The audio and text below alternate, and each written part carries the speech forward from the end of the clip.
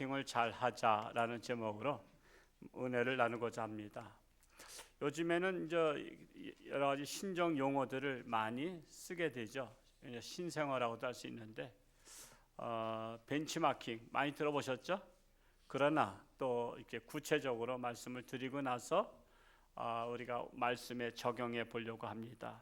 벤치마킹이라는 것은 측정의 기준이 되는 대상을 설정을 한 후에 그 대상과 비교 분석을 통해서 장점을 따라 배우는 것, 그런 행위를 말합니다.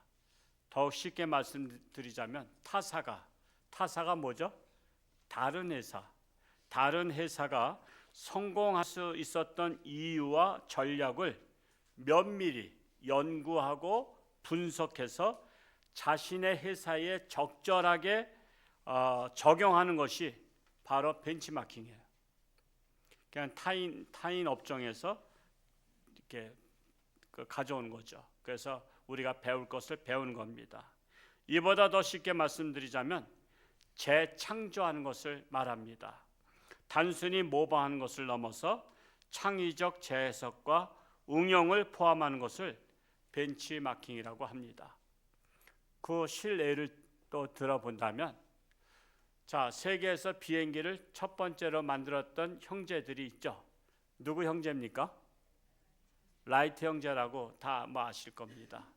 그 라이트 형제가 비행기를 처음 만들었습니다. 그 전에 비행기 없었습니다. 사람에게는 날아가는 그 꿈을 갖고 있었죠. 그런데 날아가는 꿈만 갖고 있지 그것을 실행했던 분이 라이트 형제라는 분입니다. 그들이 뭔가를 만들었어요. 실패를 많이 했어요. 그런데 실패를 많이 하는 가운데서 결국 비행기가 뜨는 것을 성공했어요. 떠서 앞으로 가는데 오래 가지 못했어요. 왜냐하면 기름도 조금 넣고. 그래서 한 2km인가, 제가 하도 오래전에 읽은 책이라 한 2km 전후 정도 갔어요. 그러다가 이제 내려앉았어요. 그래도 세계 역사상 처음으로 비행기를 만들어서 공중을 날아갔다는 것에 획기적인 겁니다. 그래서 비행기를 최초로 만든 사람을 라이트 형제라고 역사에 기록되어 있어요. 자, 그런데 그 비행기를 가지고 또 연구하고 분석하는 거야. 자, 비행기가 공중에 뜨는 원리가 뭔가, 이거를 배우고, 또한 이왕이면은 그때는 처음에 한 사람만 앉았거든. 근데 비행기가 한 사람만 뜨자니 지금 그런 거 아니야. 이왕 뜨는 김에 몇 사람 앉으면 좋겠다. 그래서 2사람이 타면 좋겠다. 잠깐만 또 딴 사람은 이왕이면 4명이면 어떨까? 이왕이면 10명 타면 어떨까? 이왕이면 100명 타면 어떨까? 이왕이면 200명 타면 어떨까? 하다가 지금 보잉 무슨 몇 기야? 747인가? 이거는 막 500명 타는 것도 있잖아요. 500명. 이게 바로 뭐냐면 벤치마킹이야. 처음에 그것을 원리로 해서 내가 그거를 습득한 후에 그것보다 더 좋은 것을 창조하는 거야. 그것보다 더 좋은 것을 창조해서 나는 이것보다 더 좋은 것을 만들겠다. 그래서 벤치마킹을 잘한 사람이 발전하는 사람이에요. 발전하는 사람. 자, 이제 벤치마킹에 대해서 충분히 이해가 됐죠. 자, 그러면 이 벤치마킹을 잘한 상태에서 우리가 이제 하나님의 말씀으로 이제 들어가 보겠습니다.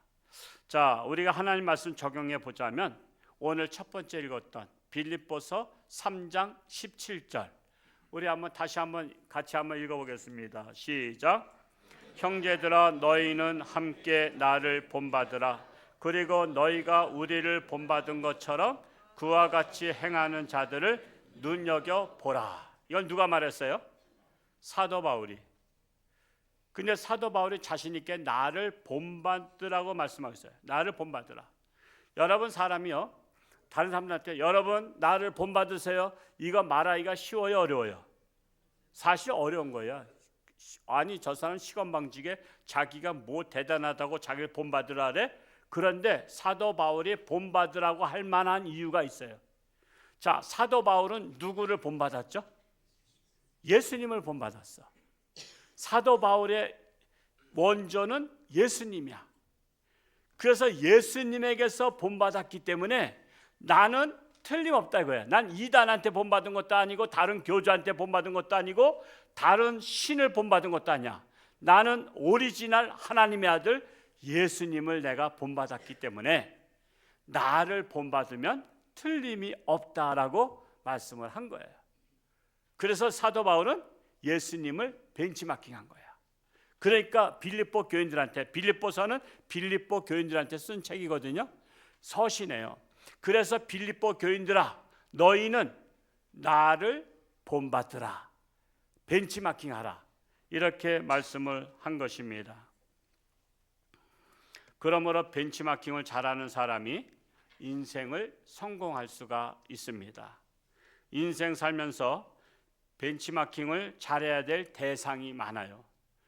시간 관계상 한 6가지 정도 말씀을 드릴게요. 우리 벤치마킹할 대상을 잘 찾자. 첫 번째로 이 세상에 태어난 아기들은 누구를 벤치마킹합니까? 자기 엄마 아빠를 벤치마킹하죠. 자기 엄마 아빠. 자, 자기 엄마 아빠를 유심히 바라보면서 뭘 배우기 시작해요? 말을 배워요. 말을. 그래서 말을 어떻게 배워요? 젖을 먹이면서도 이렇게 쳐다보면서 엄마가 엄마, 엄마, 아빠, 아빠 하면서 이렇게 말을 배워요.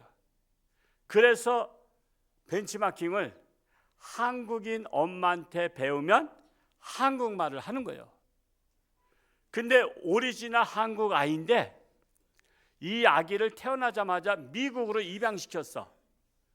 미국으로 입양시켜서 미국인 아빠, 엄마가 생겼는데 미국인 엄마, 아빠의 말을 따라서 영어를 할까요? 얘는 한국 사람, 오리지널 한국 DNA가 있기 때문에 한국말을 배울까요? 왜 이렇게 잘하셔요? 벤치마킹이 중요한 거예요. 태어난 게 중요한 게 아니라 태어났어도 미국 가서 잘하면 미국의 엄마, 아빠의 그것을 배우는 거야. 그래서 얘는 영어를 하고 잘하고 한국말은 못하는 거야. 그래서 입양됐던 아이들이 나이가 많아서 내 한국에서 엄마 찾아 3만리, 9만리인가 해서 찾아와서는 말이 안 통하니까 해서 통역을 하잖아. 그게 바로 벤치마킹을 그렇게 한 거예요. 전라도에서 태어난 아이들은 누구 말을 벤치마킹해요? 전라도 말. 그래서 전라도 사투리. 어떤 외국 사람이 전라도 사이가 됐어. 그 사람이 TV에 나온 인기 스타였었는데 그 사람도 사투리를 구수하게 하대. 왜 그러죠? 전라도 색시를 얻다 보니까 한국말을 전라도식으로 배운 거야. 그러니까 전라도 사투리 하는 거야. 여러분 거시기 하면 아세요? 거시기. 전라도 분들은 거시기 이러면 다 안 돼. 뭘 하다가 말이 안 나면 그 거시기 있잖아. 거시기 있잖아. 거시기 해. 그래. 그러면 다 안 돼. 아, 거시기 해. 그래. 거시기 할게. 아, 이따 끝나고 거시기 해. 아, 그래. 끝나고 거시기 할게. 저기 이정혜 지사님 아세요? 내가 지금 무슨 말인지? 네, 안 돼요. 대단합니다. 아주 대단해. 그러니까 거시기 아니에요.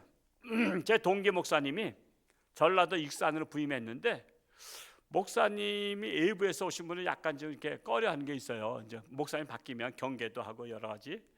그랬더니 근데 그 목사님이 설교하다가 말이 안 나와서 그 거시기 있잖아요. 거시기. 그랬더니 성도들이 박장대소하면서 너무 좋아하더래. 그래서 마음문을 활짝 열었대. 그게 바로 벤치마킹하면서 자라온 거예요. 조상으로부터. 전라도에서 자란 사람은 전라도 그 악센트를 쓰잖아. 좀 투박하고. 그래서 자네 고향이 어디야? 부산이야? 어쩐지 부산 말투 쓰네. 이런 게 되는 거야. 그래서 사람은 태어나서 부모를 따라서 가정 환경을 따라서 벤치마킹하고 자라는 것을 볼 수가 있습니다. 그래서 3살적 버릇이 언제까지 간다? 여든까지 간다는 게 3살적에 벤치마킹한 것이 여든까지 간다라는 거예요.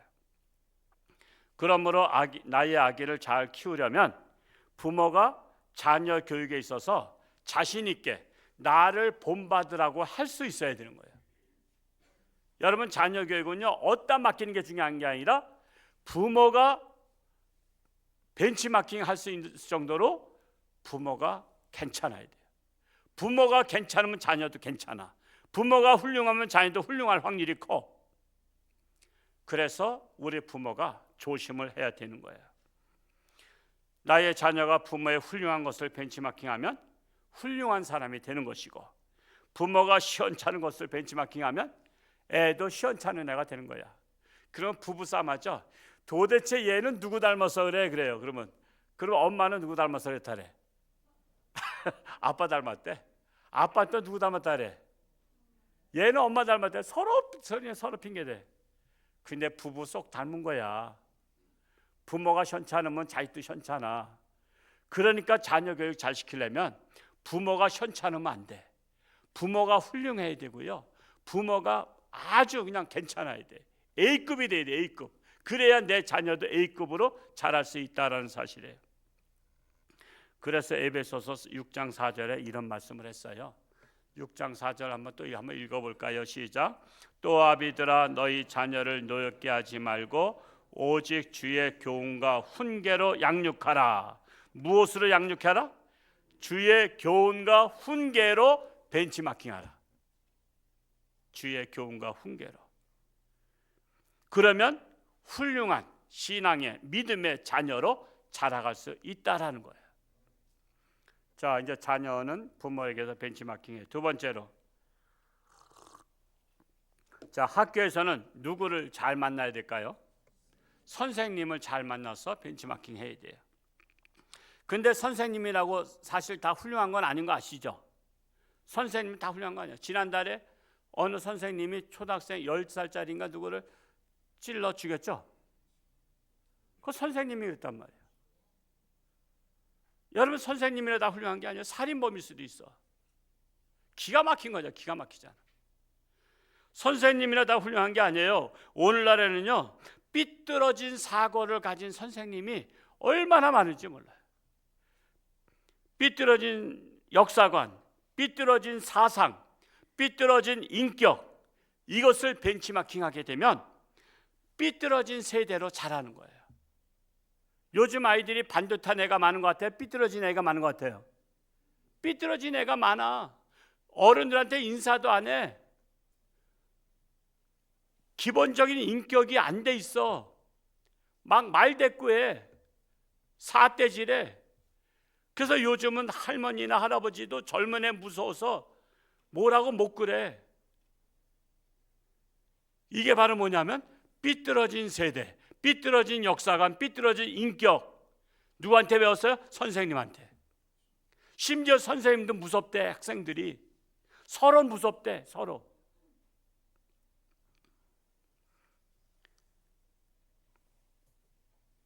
그래서 우리나라가 학교 생활에서 잘못된 선생님을 벤치마킹하고 자랐기 때문에, 그래서 오늘날 학교 교육이 붕괴되었다고 심각하게, 의식 있는 분들은 지금 심각하게 생각하고 있어요.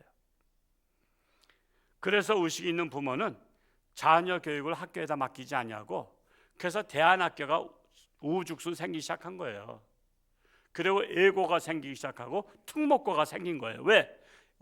똑바로 한번 시켜보겠다. 그리고 또한 그것도 못 믿겠다는 분들, 또 능력 있는 분은 또 외국으로 유학을, 조기 유학을 보내는 거야. 근데 우리는 조기 유학 보낼 능력이 안 되니까 죽으나 사나 여기에서 교육을 시켜야 되니까 우리는 삐뚤어진 선생님 만나면 안 되잖아, 자녀들이. 그러면 자녀들에게 올바른 눈을, 사람을 판단할 수 있는 눈을 갖게 만드는 건 부모야.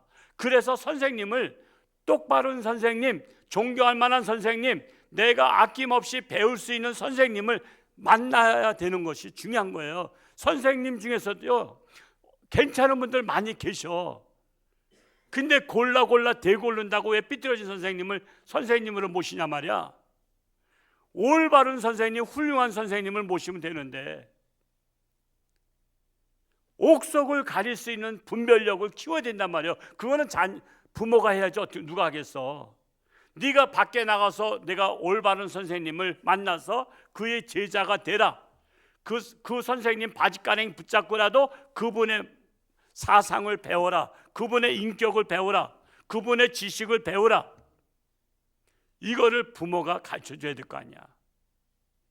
괜히 선생님만 원망해. 우리 애가 학교 갔더니 삐뚤어졌다고, 선생님 잘못 만나서 그랬다고.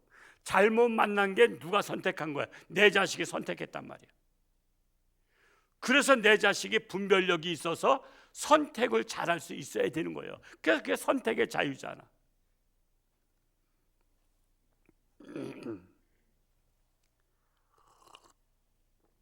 그래서 요즘엔요, 의식이 있는 부모님들은 홈스쿨링을 해. 그런데 그건 아무나 할 수는 없잖아. 부모가 똑똑해야지. 학교보다 더 똑똑하게 가르칠 수 있어야 홈스쿨링 해요.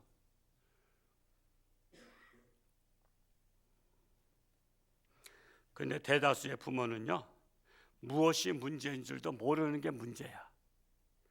여러분, 문제점을 알아야 뭔가 해결이 되지. 근데 우리 부모가 뭐가 문제인지, 우리 자녀가 뭐가 문제인지도 모르는 게 문제라니까. 문제만 알면 해결점을 찾는다니까. 그래서 우리는 문제를 깨닫는 게 중요한 거야. 깨닫는 게. 로마서 12장 2절에는요, 그래서 이 세대를 본받지 말라고 말씀하고 있어요. 우리 같이 한번 읽어볼까요? 시작. 너희는 이 세대를 본받지 말고 오직 마음을 새롭게 함으로 변화를 받아 하나님의 선하시고 기뻐하시고 온전하신 뜻이 무엇인지 분별하도록 하라. 이 세대를 본받으라, 본받지 말라? 본받지 말라는 거야. 그래서 교육이 필요한 거야. 이 세대 교육은 본받을 게 별로 없어. 100% 없는 건 아니지만 그거를 우리 자녀들이 분별할 수 있는 능력이 없기 때문에 이 세대 교육 가지고는 희망이 없다. 그래서 교회 교육이 희망이 있다. 그래서 자녀들을 하나님 앞에 데려 나와야 되는 거예요.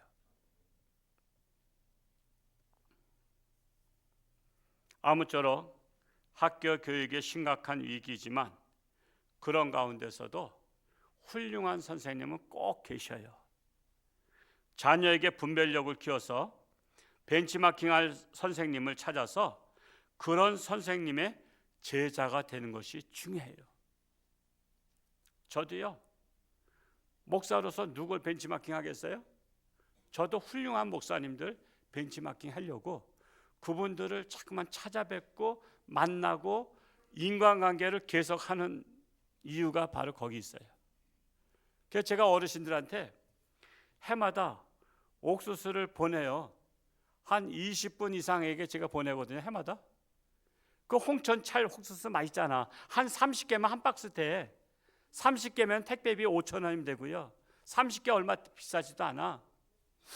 저는 그거 고객 관리하듯이 제가 어르신들 관리한다니까. 왜?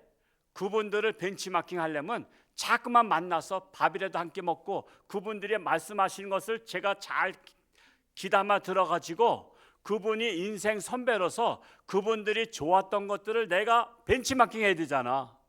근데 그게 맨입에 되냐 말이야. 그래서 제가 옥수수도 보내고 가을에 왕대추, 사과대추도 보내고 이렇게 하면서 그분들 또 초청도 하고 만나기도 하고 이렇게 하는 이유가 내가 다 벤치마킹 할 만한 의도를 가지고 한다니까. 여러분들 그런 분들 계셔요? 여러분들의 벤치마킹할 선생님들을 지금까지 관리해요? 그분들한테 선물 보내면서 그분들과 지속적으로 만나요? 식사 대접하면서 그분들한테 얻을 수 있는 게 있잖아요. 그분들의 고상한 인격, 그분들의 지고한 그 지식, 그런 것들을 벤치마킹하면 내가 자꾸만 올라간다는 사실이에요. 그래서 저는 그런 고객 관리를 제가 잘해요. 제가 그걸 갖다가 영업으로 말하자면 고객 관리하고 있는 거야. 고객. 내가 배울 만한 분들을 고객 관리하고 있어요. 여러분들도 그렇게 하시기 바랍니다. 훌륭한 분들을 선생님으로 삼으세요. 세 번째로 직장이나 사업장에서도 벤치마킹할 대상이 꼭 있습니다. 직장에서도 인정받지 못하고 적응하지 못하는 것도 여러 가지 원인이 있겠지만 벤치마킹할 선배님을 분별하지 못했기 때문에 그래요. 어느 회사나 모범사원은 있어요, 없어요? 좋은 기업이든 중소기업이든 벤치마킹할 선배들이 있어요. 꼭 어느 회사나 인재가 꼭 있어요. 그분들을 벤치마킹하면 그 회사에서 잘리지 않아요.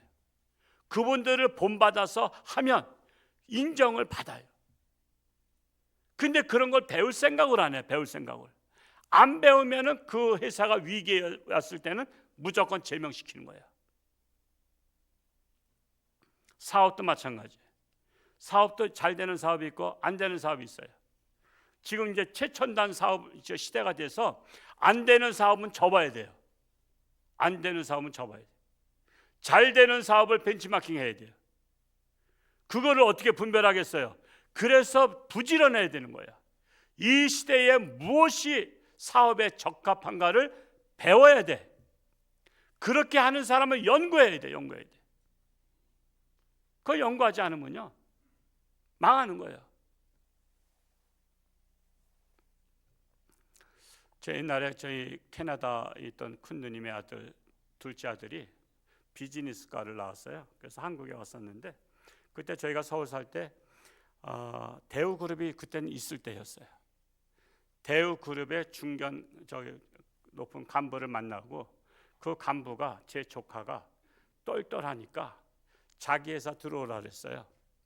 근데 그때 큰 기업들은 그게 함부로 들어가는 게 쉽지 않잖아요. 무슨 공채가 있고 무슨 이게 있기 때문에. 근데 스카우트 제의가 들어왔대. 그래서 그때 한국에 나왔을 때 저희 집에 있었는데 야, 그 말을 해서 삼촌 대우에서 나 들어오라 했는데 제가 안 들어왔어요. 야, 대우 그래도 우리나라 굴지 기업 중에 하나야. 그때 삼성, 현대, 대우 이렇게 다 롯데 다 굴지 기업이잖아요. 야, 거기 아무나 못 들어가. 왜 안 들어가 했더니 제가 조사해 봤더니요. 부실해요. 희망 없어요. 그래서 일본으로 갔어. 저희 조카가. 한국에서는 별로 아직 저기 했다서 일본으로 갔어. 근데 그러고 나서 몇 년 후에 대우가 부도 났다는 것이 신문에 확 났어요. 그래서 제가 제 조카지만 달리 봤어. 얘가 비즈니스과를 나와서 그런지 재무조사를 다 해봤대. 내가 들어가서 일할 만한 회사인가? 그랬더니 부실하대. 그래서 스카우트 제의가 들어왔지만 노 하고서는 일본에 가서 일본에서 사업장을 잘 보다가 뭘 했냐? 일본 사람들의 그 핸디캡이 뭐냐면 영어를 오리지널 발음을 못하는 거야. 그래서 영어 교육을 조기 교육을 시켜야 되겠다 해서 영어 유치원을 개설했는데 지금 벌써 몇십 년은 됐지만 영어 유치원 교사가 600명이 넘어. 여러분 선생님이 600명 넘으면 학생 몇 명 될까? 600명은 넘겠지. 거기서 그거 하고 있어요. 그냥 점조직해가서는 유치원이 그냥 한 군데서 다 하는 게 아니라 그냥 이렇게 네트워크해서 하고 있어요. 여러분 요즘에 사업이 안 된다 그러고 다 어렵다 그러지만 어려운 가운데서도 누군 잘된 사람이 있어. 예를 들어서 식당도요. 지금 경제가 어렵다 그래서 팔이 날리는 집도 없지 않아 있지만 어떤 집은 번호표 대기표 끊고 30분 기다리는 거 아시죠? 모두가 다 안 되면 그러려니 해. 근데 어떤 집은 번호표 대기를 받아. 저도 그런 데 가는 데 있어. 그러면 좀 목사님 오셨냐고 또 바로 들어오시라고 그래. 또 그 맛에 또 거기 가기도 하지만 또 그러니까 또 번호표를 무시하고 또 이렇게 또 목사님 들어가시라고. 내가 외부 손님 오면 또 가는 데가 있어. 그러면 목사님 오셨냐고 그냥 번호표 뽑기 전에 그냥 빨리 들어오시라고. 저 2층으로 가시라고. 그러니까 사업하실 분들은 무조건 퇴직하고 돈이 있다고 사업하지 말고 내가 하고자 하는 곳에 충분히 성공한 사람들을 벤치마킹해서 내가 확실하게 전문가가 됐을 때 일을 벌려야 망하지 않지. 그래서 이런 걸 벤치마킹 안 하고선 사업을 하니까 그래서 줄도산하고 망하는 거예요. 망한 사람이 많은 거는 그분들은 벤치마킹 안 했다는 거야. 노력하지 않은 거야. 연구하지 않은 거야. 그래서 벤치마킹을 잘하는 사람이 사업도 잘한다라는 거예요. 여러분 중에서 오늘 말씀 잘 마음에 새겨서 사업을 하실 때 벤치마킹을 충분히 하시고 사업하셔서 성공하시면 저 저녁 한 끼 사주시기 바랍니다. 사줄만 하겠죠? 부담스러우면 커피 한 잔 사주시기 바랍니다. 네 번째로 이제 우리 점점 안으로 들어온 거예요. 신앙으로 다 이제 들어왔어요. 자, 신앙생활도 교회에서 벤치마킹할 대상이 있어요, 없어요? 있어요. 신앙생활도 잘해서 하나님의 사랑과 하나님의 복을 받으려면 시원찮은 선배 본받지 말고 정말 누가 봐도 신앙생활 모범생인 분을 잘 본받아서 그분을 벤치마킹해서 나도 저분처럼 돼야지, 나도 저분 집사님처럼 돼야지, 나도 저분 구역장처럼 돼야지, 나도 저분 교구장처럼 돼야지, 나도 저분 회장님처럼 해야지, 나 저분 안수집사님처럼 나도 할 거야, 나 기회 되면 나도 권사 되면 저 권사님 본받을 거야.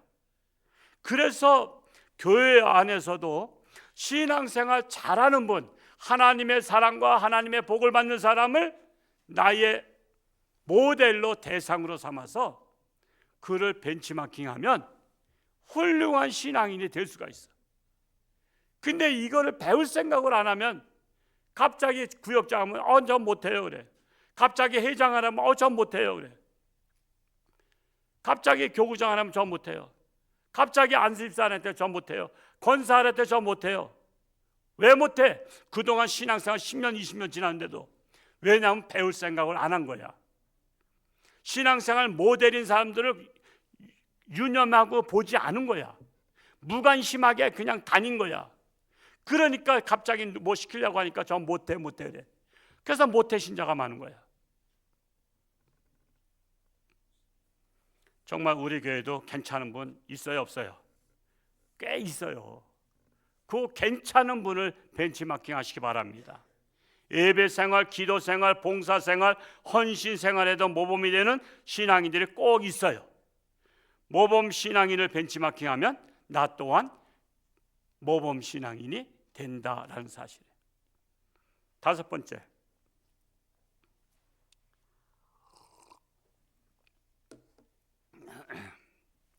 인생을 살면서 존경받고 사랑받고 인정받는 그런 사람들을 벤치마킹 하시기 바랍니다. 저는 이 세 가지예요. 존경받든지 인정받든지 사랑받든지. 어려서는 사랑받는 존재, 나이가 40, 50대는 자기 실력을 인정받는 존재, 나이가 60에서 70, 80대면 존경받는 존재가 돼야 돼요. 각자 나이에 따라 달라요. 그러면 첫째로 사랑받지 못하는 성도는 교회가 사랑이 없다고 책임을 돌리지 마시고 교회 안에서도 사랑받는 성도가 있잖아. 저분은 왜 저렇게 교회 안에서 사랑받지? 홍천주왕께서 저 사람은 사랑을 독차지하는 것 같아. 그러면 그 사람을 연구하는 거야. 그 사람을 벤치마킹하는 거야. 그러면 나도 사랑받는 존재가 되는 거야. 미움받는 사람 벤치마킹 하지 마세요. 그럼 나도 미움받아. 교회 안에도 사랑받는 분이 꼭 계셔. 그분처럼 나도 하면 나도 사랑받는다니까. 교회가 사랑이 없다고 그러지 말고. 두 번째로, 인정받지 못하는 성도는 사람들이 나를 알아주지 않는다고 시험 들거나 실족하지 마시고 인정받는 성도를 잘 관찰해서 그가 왜 인정을 받는지 그것을 발견해서 그것을 나도 벤치마킹하는 거야. 그러면 나도 그 사람처럼 인정받는 사람이 된다는 거예요. 여러분, 인정을 받아야 자존감이 높아지는 거 아시죠? 어디 가든지 인정받아야 자존감이 있어요. 자존감이 없으면 자꾸만 시험 들어. 그래서 우리가 인정받는 사람을 나도 그걸 본받으려고 해야 돼. 배움의 자세를 가져야 되는 거예요. 세 번째로, 존경받는 사람. 존경받지 못하는 분들은 왜 나이가 들은데도 내가 왜 존경을 못 받을까? 왜 나를 무시하지? 그러지 마시고, 존경받는 분은요 절대 무시 안 하는 거 아시죠? 그래서 존경받는 분을 찾아보라고. 그래서 그분처럼 나도 하는 거야. 그분처럼 나도 존경받을 만한 일들을 하는 거야. 존경받을 만한 말을 하고 행동을 하고 자세를 갖는 거야. 그러면 절대 무시 안 받아. 아유 말이야, 교인들 누가 무시했다고. 왜 무시받을 짓을 하냐 말이야. 무시한 사람이 문제가 아니라 내가 존경받을 만한 사람이 못된 게 문제라는 사실을 알아야 되는 거예요. 그래서 노년에는 존경받는 어르신 되시고, 젊었을 때 40, 50대에는 자기 실력에 인정을 받으시고, 나이가 어릴 때에는 사랑받는 짓을 해야 되는 거예요. 미운 짓을 하지 말고. 그러면 인생이 행복해요, 불행해요? 그러면 행복한 거야.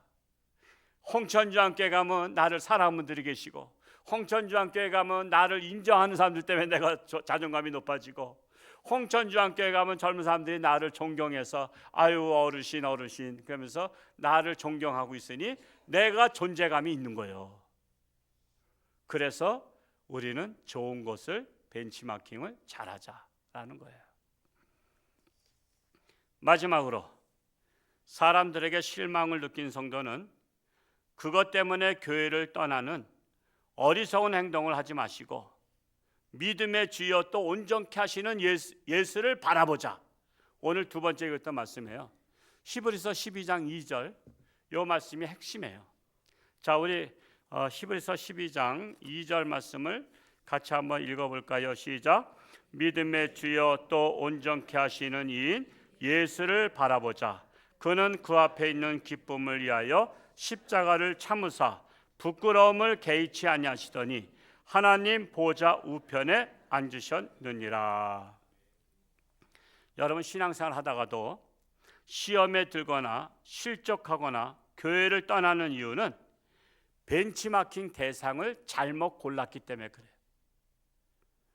그런데 잘못 고른 자신에 대해서는 책망하지 않아요.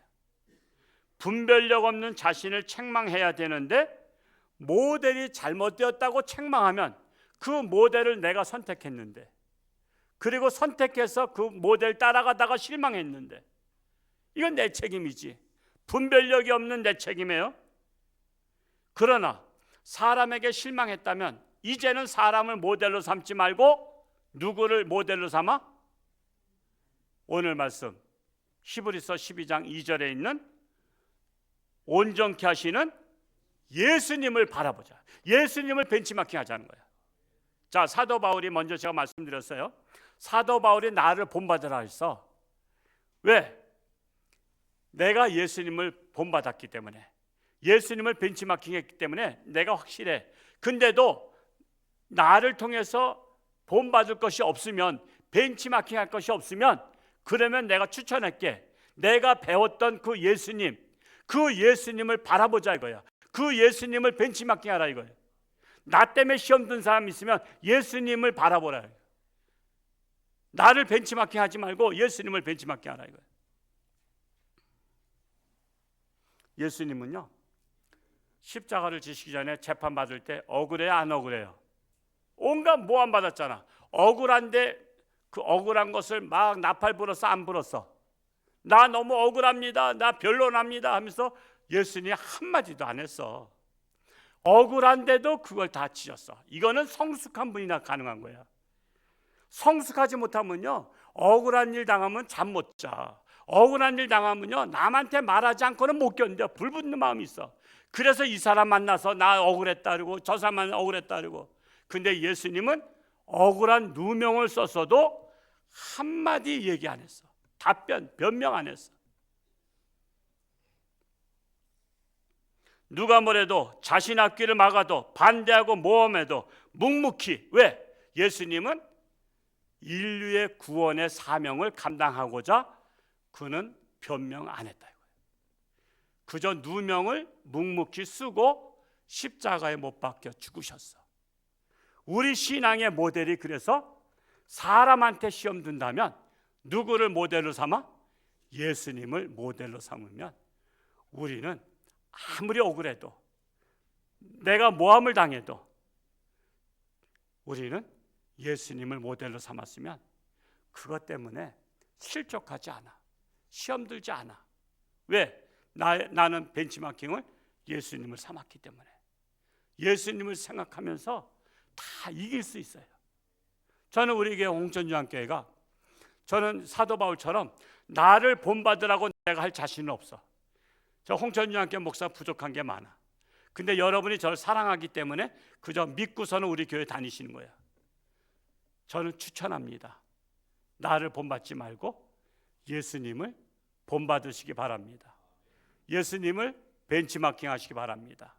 그래서 우리는 끝까지 승리하는 저와 여러분 될 수 있기를 축복합니다. 기도하겠습니다. 사랑하는 아버지 하나님, 우리가 인생 살면서 부모를 본받아야 되고, 직장에서 선배나 또한 사업에는 사업가를 본받아야 합니다. 학교에서는 선생님을 본받아야 되고, 참으로 우리가 신앙생활 하면서도 우린 좋은 모델을 본받아야 할 것입니다. 사도 바울 나를 본받으라고 했습니다.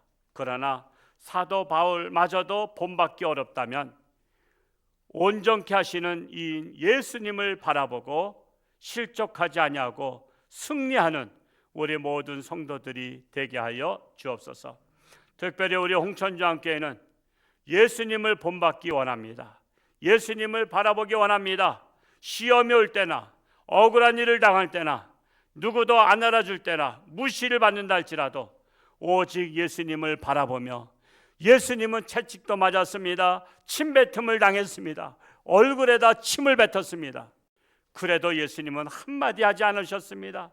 채찍을 맞아도 한마디 하지 않았습니다.